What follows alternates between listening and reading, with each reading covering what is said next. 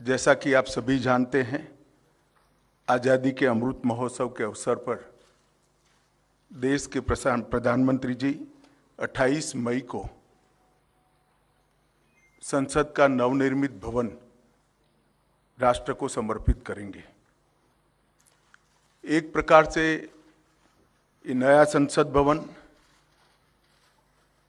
प्रधानमंत्री जी की दूरदर्शिता का प्रमाण है, जो नए भारत के निर्माण में हमारी सांस्कृतिक विरासत, परंपरा और सभ्यता को आधुनिकता से जोड़ने का एक सुंदर प्रयास है। इस नई संरचना को रिकॉर्ड समय में बनाने के लिए करीब करीब 60,000 के आसपास श्रम योगियों ने अपना योगदान दिया है। इस अवसर पर प्रधानमंत्री जी ये सभी श्रम योगियों का सम्मान भी करेंगे। इसके साथ साथ एक और महत्वपूर्ण घटना होने जा रही है, जिसकी आपको सूचना देने के लिए आज मैं यहाँ उपस्थित हुआ हूँ। इस अवसर पर एक ऐतिहासिक घटना पुनरावर्तित हो रही है।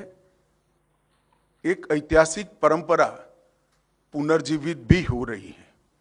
अभी स्क्रीन पर आप एक सुंदर वस्तु को देख रहे हैं।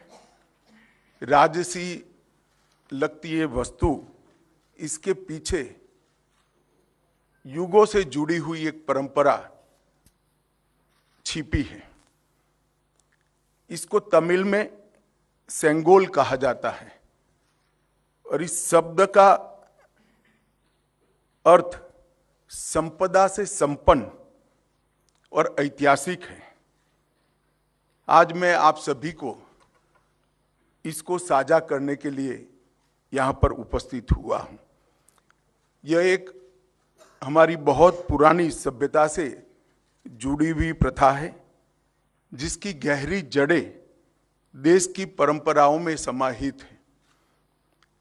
आज़ादी के अमृत महोत्सव में प्रधानमंत्री जी ने जो कुछ लक्ष्य तय किए थे, उसमें एक लक्ष्य हमारी ऐतिहासिक परंपराओं का सम्मान और उसका पुनर्जागरण भी था।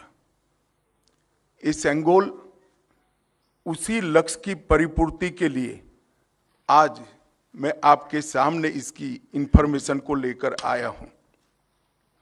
ये घटना जुड़ी है आजादी की क्षण के साथ।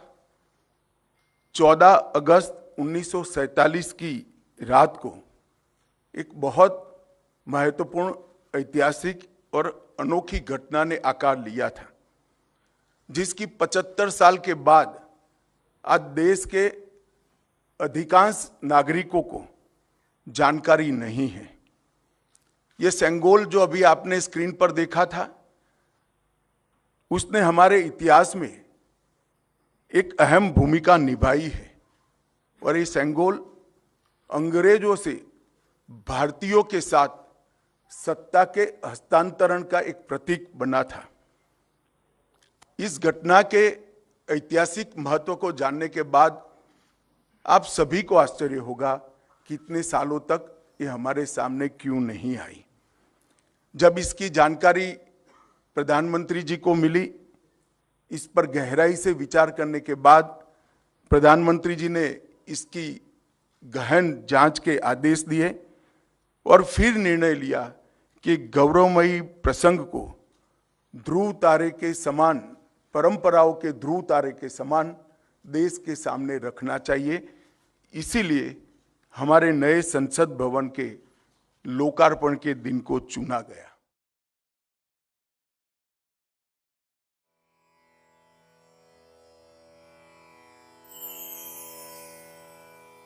अगस्त 1947, मद्रास प्रेसिडेंसी, तमिलनाडु। विशिष्ट लोगों का एक समूह अपने जीवन काल की एक ऐतिहासिक यात्रा की तैयारी कर रहा था। उन्हें एक महत्वपूर्ण कार्य संपन्न करने के लिए आमंत्रित किया गया था। एक शासक से दूसरे शासक को सत्ता हस्तांतरण की प्रक्रिया को विधि विधान के साथ पूर्ण करने का कार्य सौंपा गया था। किस दिशा में कूच कर रहे थे ये लोग? दिल्ली। भारत अपनी स्वतंत्रता के समीप था। ब्रिटिश शासन से मुक्ति की बेला थी। स्वराज के लिए संघर्ष में हजारों गिरफ्तार हुए और मारे गए, और दशकों बाद राष्ट्र अपनी लक्ष्य के समीप था। वो लक्ष्य था स्वाधीनता, स्वतंत्रता। अब अंतिम वाइसरॉय लॉर्ड माउंटबैटन को एक महत्वपूर्ण कार्य करना था, भारतीयों को उनका स्वराज्य सौंपने का कार्य। परंतु उनके सामने एक सवाल था, स्वराज्य को किस प्रकार सौंपा जाए। ऐसे में हाथ मिलाने की रस्म शायद ही काम आए। तो इस गौरवशाली क्षण के प्रतीक के रूप में कौन सी रस्म अपनाई जाए? उन्होंने पंडित जवाहरलाल नेहरू के सामने अपना ये सवाल रखा। ये एक उचित सवाल था जिसके बारे में विचार विमर्श की आवश्यकता थी। नेहरू जी ने ये प्रश्न जाने माने स्वतंत्रता सेनानी श्री सी राजगोपालाचारी के सामने रखा, जिन्हें राजा जी के नाम से जाना जाता था। वे तमिलनाडु से थे। नेहरू राजा जी की विद्वता और भारतीय परंपराओं और सभ्यताओं पर उनके ज्ञान का सम्मान करते थे। राजा जी को इसका समाधान भारत के गौरवशाली अतीत में मिला। तमिलनाडु के चोला साम्राज्य में, जो भारत के प्राचीनतम और दीर्घकाल तक चलने वाले साम्राज्यों में से एक था, एक चोला सम्राट से दूसरे सम्राट को सत्ता का हस्तांतरण नीति परायणता के प्रतीक अर्थात सेंगोल सौंप कर किया जाता था। भगवान शिव के आशीर्वाद का आवाहन करते हुए उस समय के महंत द्वारा सेंगोल को आशीष प्राप्त होता था। क्योंकि चोला शिव के प्रबल भक्त थे, उनके द्वारा स्थापित हजारों वर्ष पुराने मंदिरों में आज भी पूजा की जाती है। राजा जी ने इसी परंपरा और समारोह के आयोजन की सलाह दी, जिसे नेहरू जी ने स्वीकार किया। राजा जी ने बिना समय गवाए इस समारोह के लिए प्रमुख धार्मिक मठ या आश्रम तिरुवावड़दुरई आदीनम से संपर्क किया, जिसे 5 सदियों पहले स्थापित किया गया था, और ये तब से चोला भूमि के केंद्र में स्थित है और आज तक कार्यरत है। तत्कालीन मठ प्रमुख 20वें गुरु महासन्निधानम श्रील श्री अंबलवाना देसिका स्वामी ने अपनी अस्वस्थता के बाद भी इस कार्य को स्वीकार किया।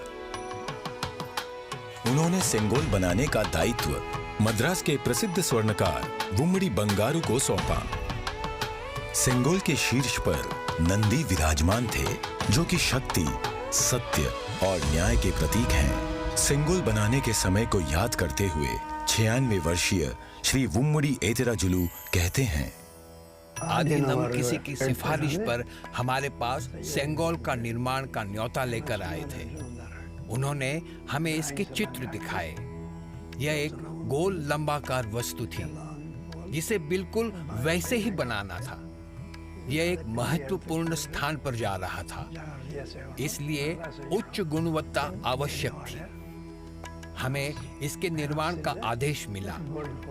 यह चांदी से बना था, जिस पर सोने की परत थी।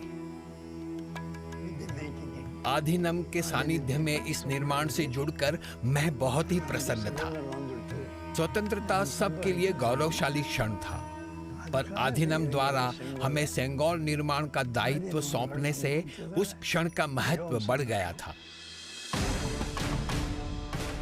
परम पावन मठ प्रमुख ने उप प्रमुख श्रील श्री कुमारस्वामी तंबिरान, आदिनम के ओदुआर, विशेष गायक माणिक्यम और नादस्वर विद्वान टी.एन. राजरत्नम पिल्लई को आयोजन संपन्न कराने का दायित्व सौंपा।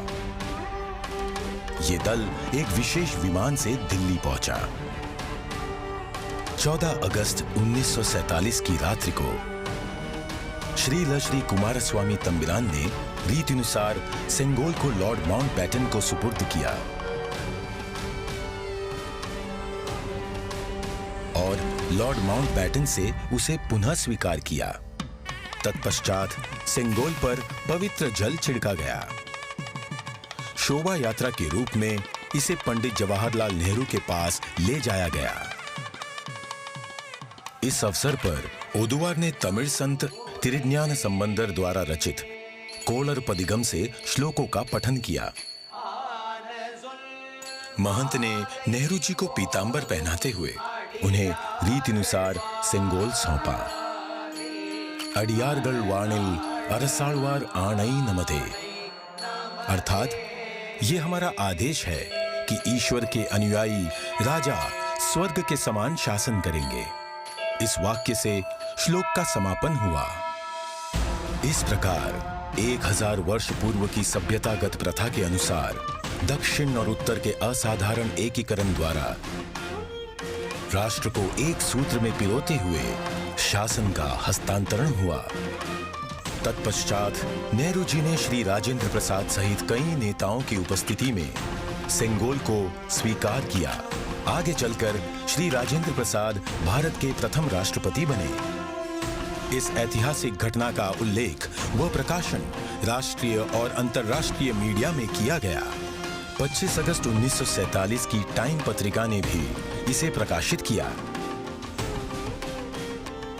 हस्तांतरण की प्रक्रिया के पश्चात पंडित जवाहरलाल नेहरू ने 14 अगस्त 1947 की मध्य रात्रि को अपना विश्वविख्यात भाषण राष्ट्र के नाम संबोधित किया।